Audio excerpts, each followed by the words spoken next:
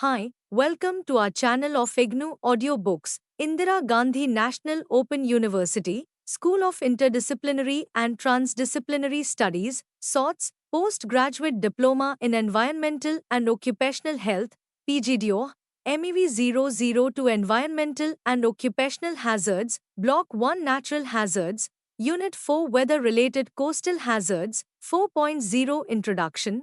The last few years have seen enormous damage and loss of life from weather-related disaster and hazards.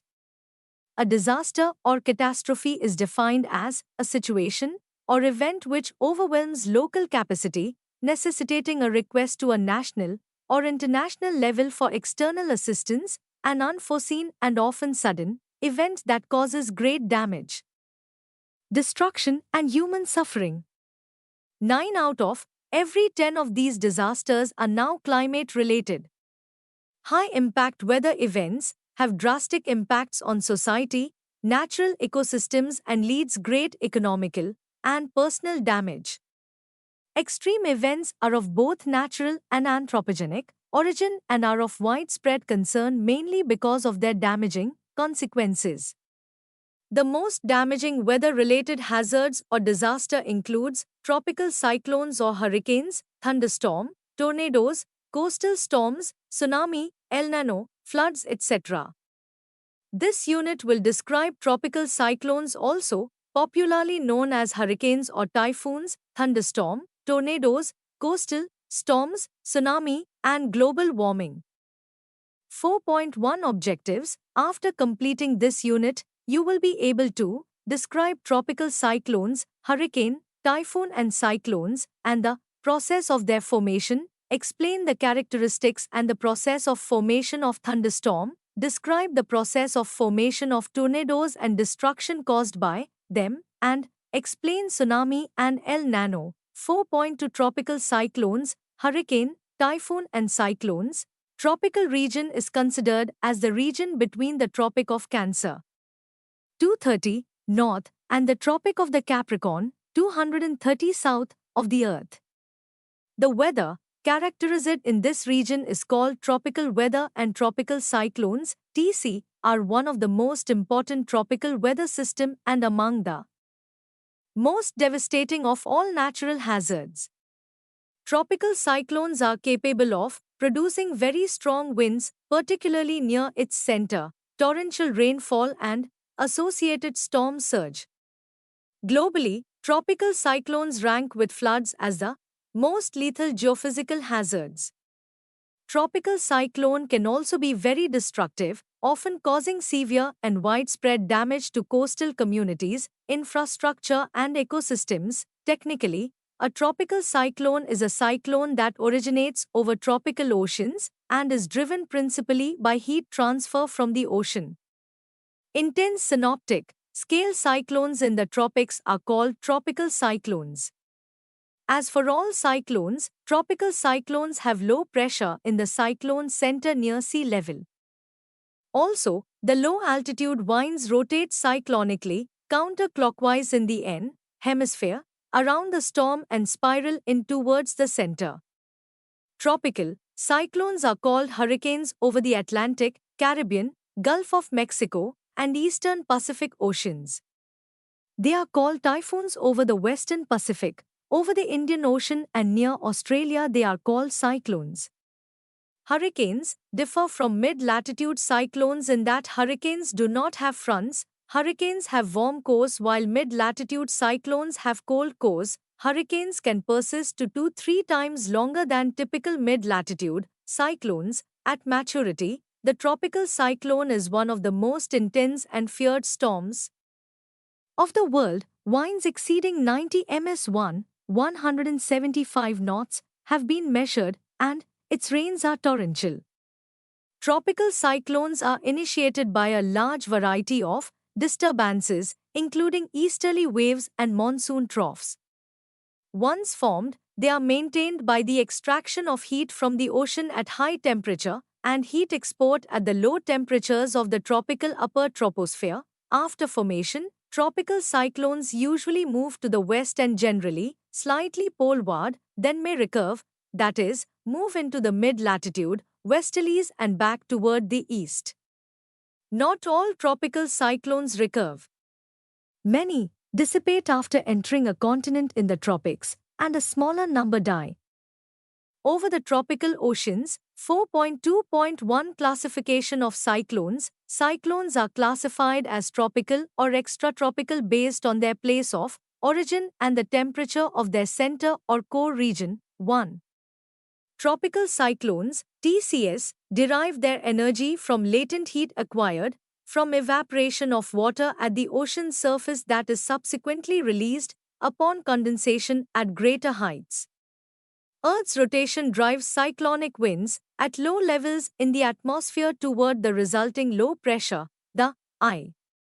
Although other factors are involved, the three primary conditions for TC formation are sufficiently high, greater than 26 degrees Celsius, sea surface temperatures, SSTs, sufficiently low vertical wind shear, change in wind velocity with height, sufficiently high contribution from Earth's rotation, formation, 5 degrees N and S. 2. Extratropical cyclones, ETCs, unlike tropical cyclones, derive much of their energy from the ambient horizontal temperature and associated density difference gradient in the atmosphere.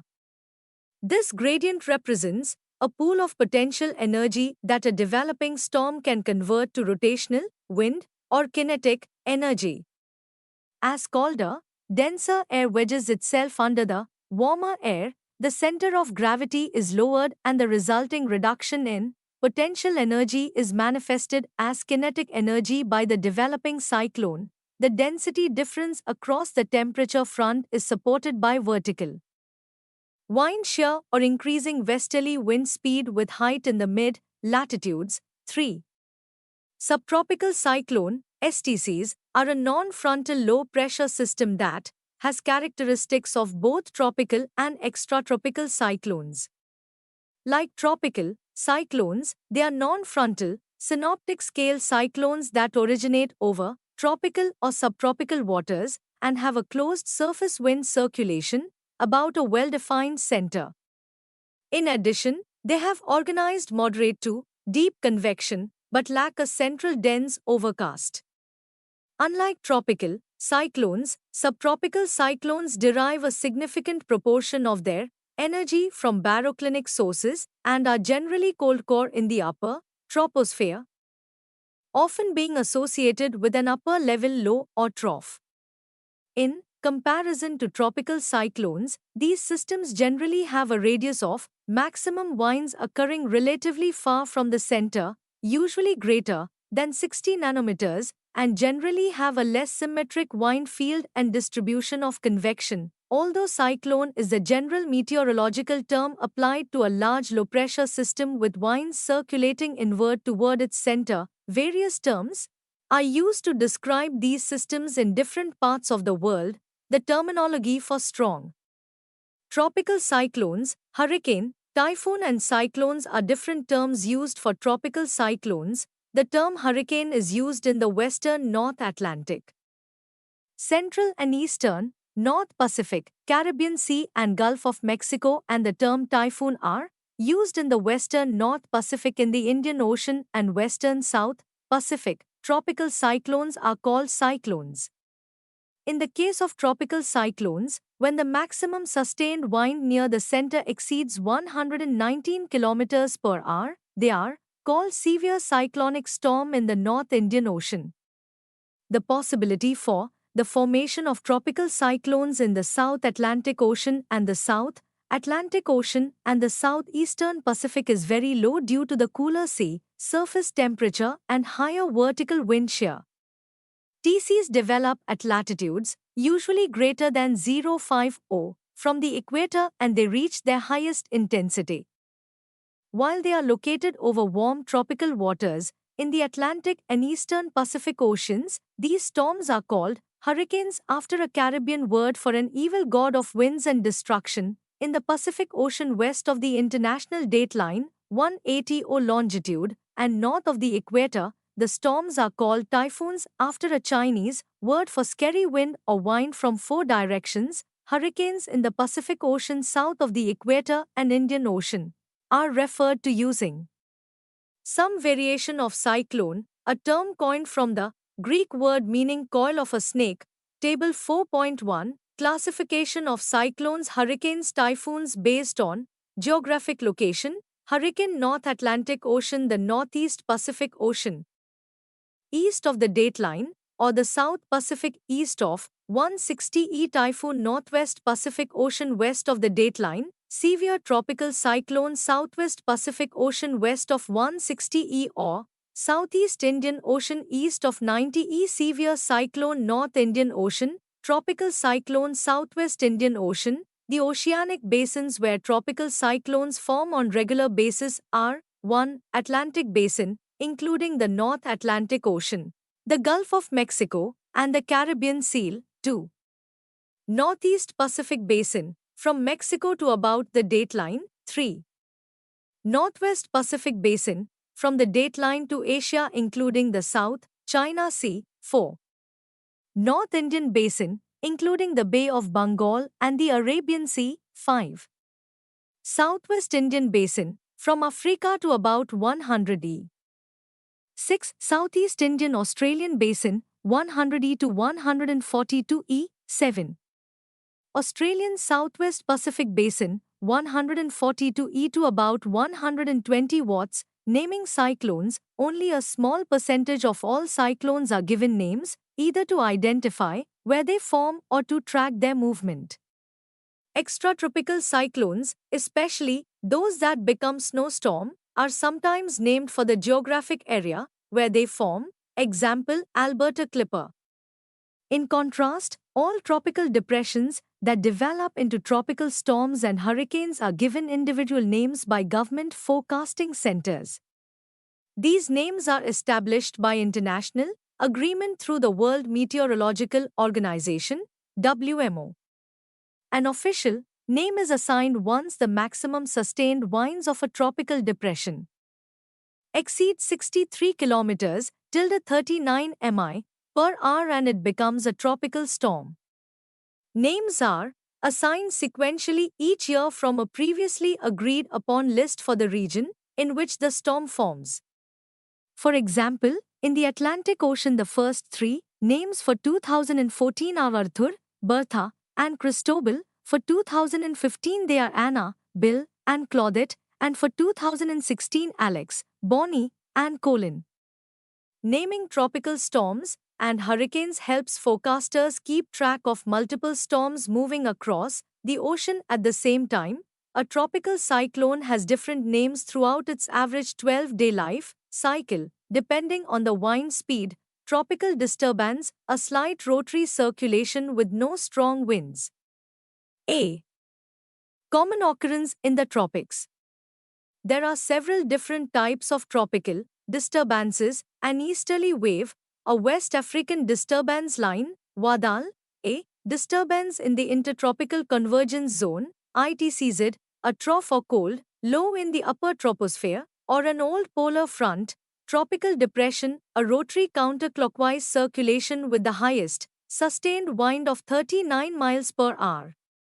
It is at this point the hurricane people recognize it as a possible threat and give it a strange name like TD4, tropical depression number 4. Tropical storm, a distinct rotary counterclockwise circulation with sustained wind of 39 miles per hour, 273 miles per hour. Now the Hurricane Center in Miami, FL, gives it a real name, like Tropical Storm Emily. The eye becomes visible, hurricane, strong, very pronounced counterclockwise rotary circulation with winds of 74 miles per hour and higher. The eye is very pronounced. Table 4.2 gives the criteria followed by Meteorological Department of India, IMD, to classify the low-pressure systems in the Bay of Bengal and in the Arabian Sea as adopted by World Meteorological Organization, WMO, are as under Table 4.2, classification of low-pressure systems in the Bay of Bengal and in the Arabian Sea, type of disturbances, associated wind speed in the circulation, low-pressure area less than 17 knots. The most deadly tropical cyclone ever recorded hit Bangladesh in 1970, killing approximately 300,000 people as a result of the storm surge. Typhoon Haiyan, 2013, was a Category 5 typhoon with 1-minute average winds of 195 meters p.h. It hit the central Philippines. Patricia, 2015, was a Category 5 hurricane in the eastern North Pacific, with 1-minute average winds of 215 meters p.h. and a central pressure of 872 mb. It was the strongest recorded tropical cyclone in the Western Hemisphere. Cyclone Pam, 2015, was one of the most intense Southern Hemisphere cyclones recorded with an estimated central pressure of 896 mb. It caused much destruction and loss of life as it passed through the islands of Vanuatu, in the South Pacific. Hurricane Harvey, 2017, was the wettest hurricane to hit the USA, with an observing station in Texas recording over 64 inches, 1,640 millimeters, rain. Typhoon Tip in the western North Pacific on the 12th of October 1979 was measured to have a central pressure of 870 mb and estimated 1-minute average winds of 190 meters p.h., making it the most intense tropical cyclone on record as measured by central pressure. Hurricane Wilma in 2005 was the most intense hurricane recorded in the North Atlantic, with an estimated central pressure of 882 mb. 4.3 Thunderstorms. Thunderstorms are a common feature of the Earth's environment. There are about 1800 to 2000 storms per hour or 44,000 per day. In tropical regions, they occur daily in the wet season. However, in these regions thunderstorms may not represent a hazard because they do not intensify, as thunderstorms represent localized areas of instability. Their intensity is dependent upon factors that increase this instability. On a world scale, instability is usually defined by the rate at which the base of the atmosphere is heated by incoming solar radiation, especially where evaporation at the ground and condensation in the atmosphere both occur. In this case, the saturated adiabatic lapse rate prevails. Under these conditions, large quantities of heat energy, 2400 joules gm1 of liquid water, that condenses, are released into the atmosphere. This process causes convective instability, which terminates only when the source of moisture is removed. On a localized scale, the degree of instability is also dependent upon topography and atmospheric conditions such as convergence. If air is forced over a hill, then this may be the impetus required to initiate convective instability. Convergence of air masses by topography, or by the spatial arrangement of pressure patterns, can also initiate uplift. The most likely occurrence of instability takes place along cold fronts, mainly the polar front, where it intrudes into moist tropical air. Basic atmospheric conditions that are required to produce a thunderstorm. 3 basic atmospheric conditions that are required to produce a thunderstorm. 1. Warm humid air must be available in the lower atmosphere to feed clouds and precipitation and provide energy to the storm as it develops. 2. A steep vertical temperature gradient must exist in the environment such that the rising air is warmer than the air through which it is moving. This gradient places colder air over warmer, moist air. 3. An updraft must force moist air up to colder levels of the atmosphere. Thunderstorms form where warm, humid air is forced upward to altitudes of up to 15 kilometers. Condensation occurs as the air cools, releasing latent heat and ensuring that the rising air remains unstable, warmer than surrounding air.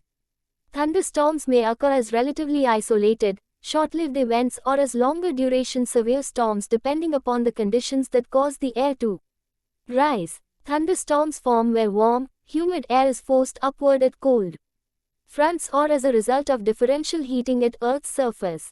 4.3.1 Formation of thunderstorm. Thunderstorm formation starts as moist condenses to from a puffy cumulus cloud. Initially the cloud will form and then evaporate with little increase in height. If the moisture supply and updraft continue, the relative humidity increases in the air surrounding the cloud and it grows in size instead of evaporating. The upward growth in size of a cumulus cloud begins the cumulus stage of thunderstorm development. In this stage, the cumulus cloud becomes a cumulonimbus cloud with the growth of domes and towers that look like a head of cauliflower. This growth required a continuous release of latent heat from water vapor condensation to warm the surrounding air and cause the air to rise farther.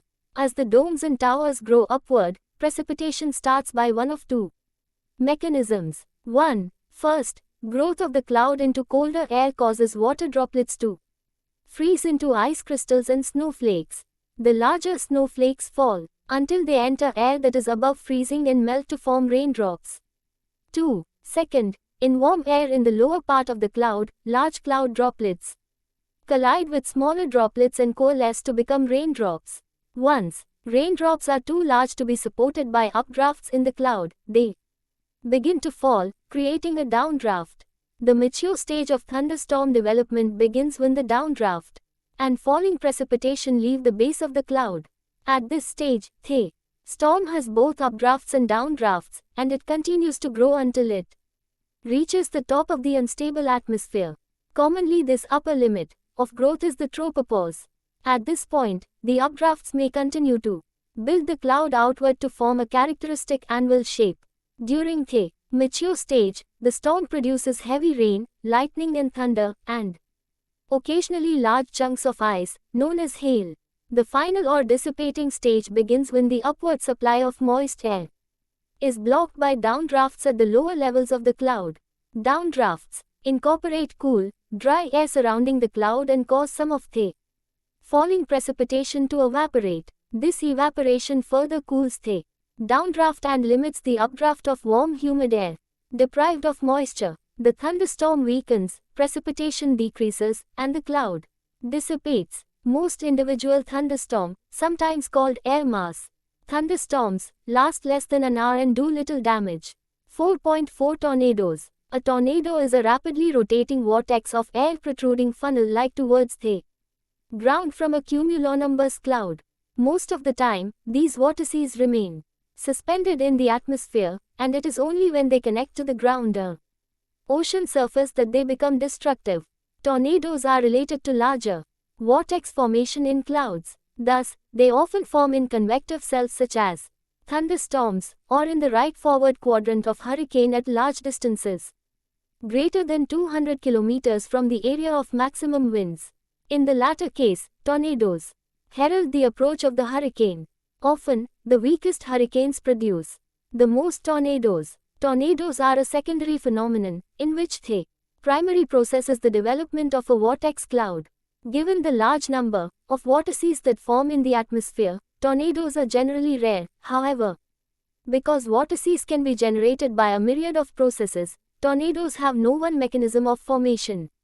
Tornadoes, similar to tropical cyclones, are almost always accompanied by heavy precipitation. 4.4.1 Formation of tornadoes. Tornadoes are narrow, funnel-shaped spirals of rapidly rotating air that form in association with thunderstorms. Like hurricanes and mid-latitude cyclones, tornadoes are near circular low-pressure systems. However, the pressure gradient is much more intense for tornadoes. Pressure differences across mid-latitude cyclones are in the range of 20 to 30 millibars, over hundreds of kilometers. Pressure gradient, 0.02 to 0.03 MB per kilometer.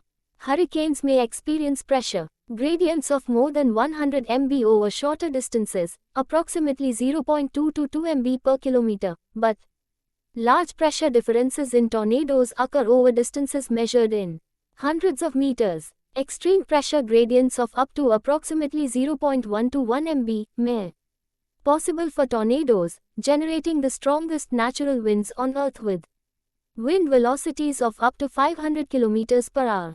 Tornadoes are classified using the Fujita intensity scale, which places tornadoes in one of 6 categories, FOF5, according to level of destruction, which is taken as a proxy for wind speed. The scale divides tornadoes into 3 subgroups: weak, F0, F1, strong, F2, F3, and violent, F4, F5. 4.4.2 Tornado destruction. Tornadoes are one of the most intense and destructive winds found on the Earth's surface. Their destructive effects are due to the lifting force at the funnel wall, and to the sudden change in pressure across this boundary. The lifting force of tornadoes is considerable, both in terms of the weight of objects that can be moved, and the volume of material that can be lifted. Large objects, weighing 200,300 tons have been shifted tens of meters, while houses and train carriages weighing 10-20 tons have been carried hundreds of meters.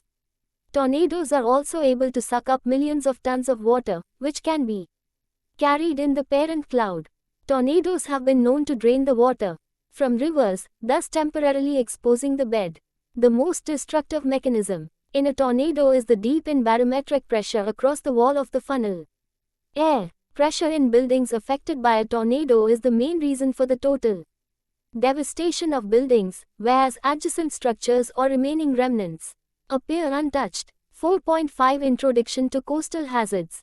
Coastal areas are dynamic environments that vary in their topography, climate, and organisms.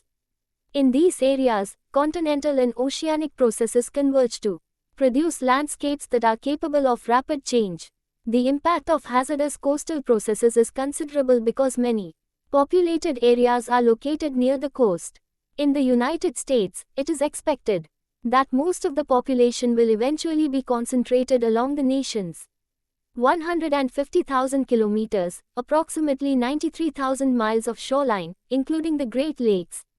Today, the nation's largest cities lie in the coastal zone, and approximately 40% of the population lives in coastal countries, even though those counties account for only 10% of the land area, not including Alaska. In fact, population density for coastal counties is 6 times greater than that of inland counties. The population in coastal counties becomes even larger during peak vacation periods. For example, Ocean City, Maryland, receives an estimated 4 million visitors between Memorial Day and Labor Day. Coastal problems will increase as more people live in coastal areas where the hazards occur. Once again, our activities continue to conflict with natural processes. Hazards along the coasts, such as coastal erosion, may become compounded by global warming, which is contributing to a worldwide rise in sea level. The most serious coastal hazards include strong coastal currents, including rip currents generated in the surf zone, and tidal currents in narrow bays and channels. Coastal erosion, which continues to produce considerable property damage that required human adjustment. Storm surge from tropical and extratropical cyclones, which claims many lives and causes enormous amounts of property damage every year. Tsunamis, which are particularly hazardous to coastal areas of the Pacific Ocean. 4.6 Introduction to Tsunamis. Tsunamis, the Japanese word for large harbor waves, are produced by the sudden vertical displacement of ocean water. These waves are a serious natural hazard that can cause a catastrophe thousands of kilometers from where they originate. They may be triggered by several types of events, including a large earthquake that causes a rapid uplift or subsidence of the seafloor, an underwater landslide that may be triggered by an earthquake, the collapse of part of a volcano that slides into the sea, a submarine volcanic explosion, and an impact in the ocean of an extraterrestrial object, such as an asteroid or comet. Asteroid impact can produce a mega tsunami, a wave that is about 100 times higher than the largest tsunami produced by an earthquake that could put hundreds of millions of people at risk. Fortunately, the frequency of large asteroid impact is low. Of the previously mentioned potential causes, tsunamis produced by earthquakes are by far the most common. Box 2. Tsunami produced by earthquakes. 1. The 1755-M9, Lisbon, Portugal, earthquake produced a tsunami that, along with the earthquake and resulting fire, killed an estimated 20,000 people. 2. Tsunami waves that crossed the Atlantic Ocean amplified to heights of 7 meters, approximately 23 feet or more in the West India. 3. The 1883 violent explosion of Krakatoa volcano in the Sunda Strait between Java and Sumatra caused the top of the volcano to collapse into the ocean. This sudden collapse produced a giant tsunami more then 35 meters, approximately 115 feet high, that destroyed 165 villages and killed more than 36,000 people. 4. The 1946 M8.1 Aleutians, Alaska, earthquake produced a tsunami in the Hawaiian Islands that killed about 160 people. 5. The 1960 M9.5 Chile earthquake triggered a tsunami that killed 61 people in Hawaii after traveling for 15 hours across the Pacific Ocean. 6. The 1964 M9.2 Alaska earthquake generated a deadly tsunami that killed about 130 people in Alaska and California. 7. The 1993 M7.1 Papua New Guinea earthquake triggered a submarine landslide that produced a tsunami that killed more than 2,100 people. 8. The 2004 M9.1 Sumatra earthquake generated a tsunami that killed about 230,000 people. 9. The 2009 M8.1 Samoa earthquake generated a tsunami that killed about 200 people. 10. The 2010 M8.8 Chile earthquake generated a tsunami that killed about 700 people in coastal towns. 11. The 2011 M9.1 Japan earthquake generated a tsunami that killed over 20,000 people. Source: Keller E.A., De Vecchio. The 2014 4.7 El Niño Southern Oscillation, ENSO. The El Niño Southern Oscillation, ENSO, is a naturally occurring phenomenon involving fluctuating ocean temperatures in the central and eastern equatorial Pacific, coupled with changes in the atmosphere. The El Niño Southern Oscillation comprise three phases: El Niño, La Niña and neutral. El Niño, meaning boy-child in Spanish, was first used in the 19th century by fishermen in Peru and Ecuador to refer to the unusually warm waters that reduced their catch just before Christmas. El Niño events often begin in the middle of the year with large-scale warming of surface water in the central and eastern equatorial Pacific Ocean and changes in the tropical atmospheric circulation, i.e. winds, pressure and rainfall. In general, El Niño reaches a peak during November to January and then decays over the first half of the following year. It occurs every 2 to 7 years and can last up to 18 months. Strong and moderate El Niño events have a warming effect on average global surface temperatures. The opposite of El Niño within the ENSO cycle is known as La Niña, which means little girl and refers to the large-scale cooling of the ocean surface temperatures in the same region in the equatorial Pacific, coupled with a reversal of the overlying atmospheric conditions. In many locations, especially in the tropics, La Niña, or cold episodes, produces the opposite climate variations to El Niño. During ENSO neutral phases, atmospheric patterns are controlled more by other climate drivers. Thank you for watching. We will see you in the next video with the next chapter.